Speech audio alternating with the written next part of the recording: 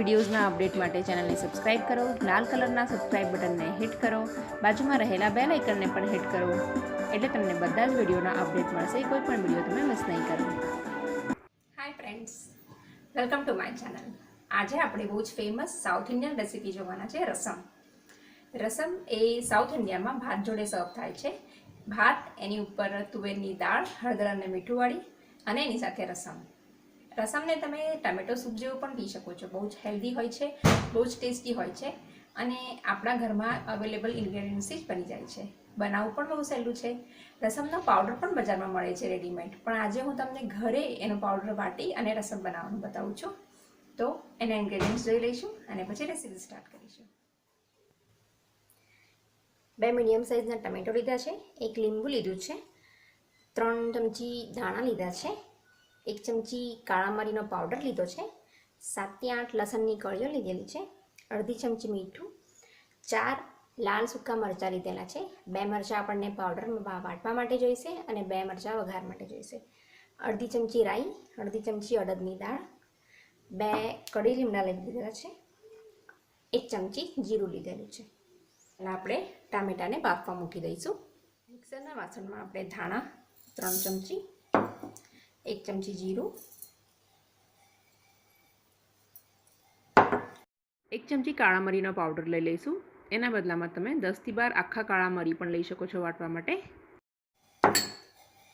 લસણની 7-8 કળીઓ, એના છોડા કાઢેલા નથી, એમને એમ લઈ લઈશું, ચાલશે. અને આ આખા 2 મરચાં છે તે વઘાર માટે રાખવાના છે. ટુકડા કરેલા છે 2 મરચાં, તે વાટવા માટે લઈ લઈશું. આને મિક્સરમાંથી ફેરવી લેવાનું છે, અધકચરું જ વાટી લેવાનું છે. જાડું વાટી લીધેલું છે, બહુ ફાઇન પાવડર કરવાની જરૂર નથી. તમને જોઈએ તો 2-3 ચમચી પાણી પણ નાખી શકો છો વાટતી વખતે. 1 કપ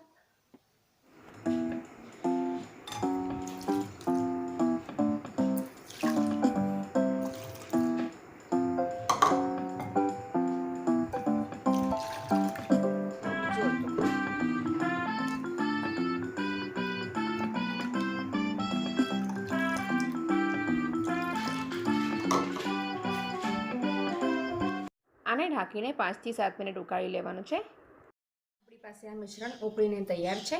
હવે આપણે એને ફિલ્ટર કરી લઈશું, ગાળી લઈશું. મારી પાસે અહીંયા આ એક અલગ ફિલ્ટર છે. ચાના ગળણીથી ગાળવાનું નથી, આને બીજી ગળણીથી ગાળવાનું છે. અને આ રસમ ગાળવા માટે વાપરેલી ગળણી ચા માટે નથી વાપરવાની. હું અહીંયા ગળણીથી ગાળી લઉં છું.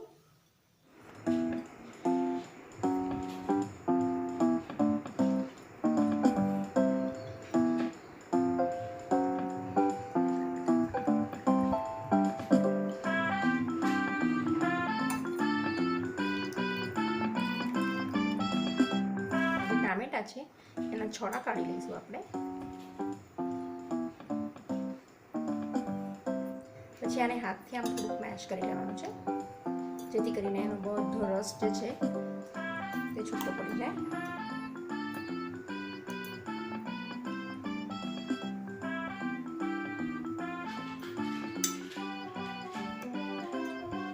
બાફેલા ટામેટાનું મિશ્રણ જે છે એને આમાં મિક્સ કરી દઈશું રસમમાં.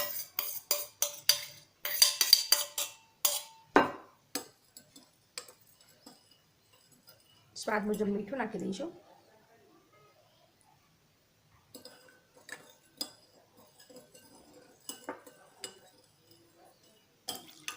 અડધો કપ પાણી એડ કરી દઈશું આપણે.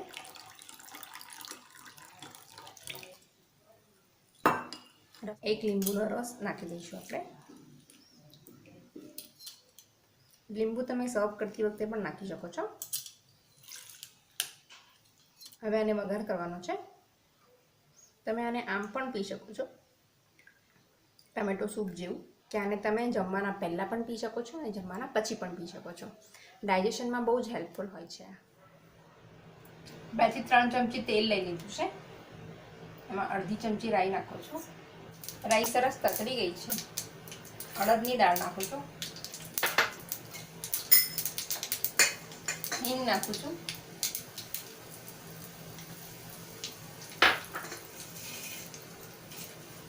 કઢી લીમડો અને સૂકા લાલ મરચાં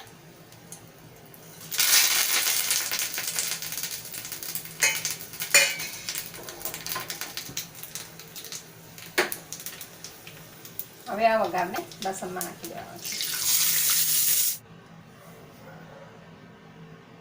તમારા બિઝી શેડ્યુલમાંથી ટાઈમ કાઢીને મારો વિડીયો જોવા બદલ તમારો ખૂબ ખૂબ આભાર. Thank you very much.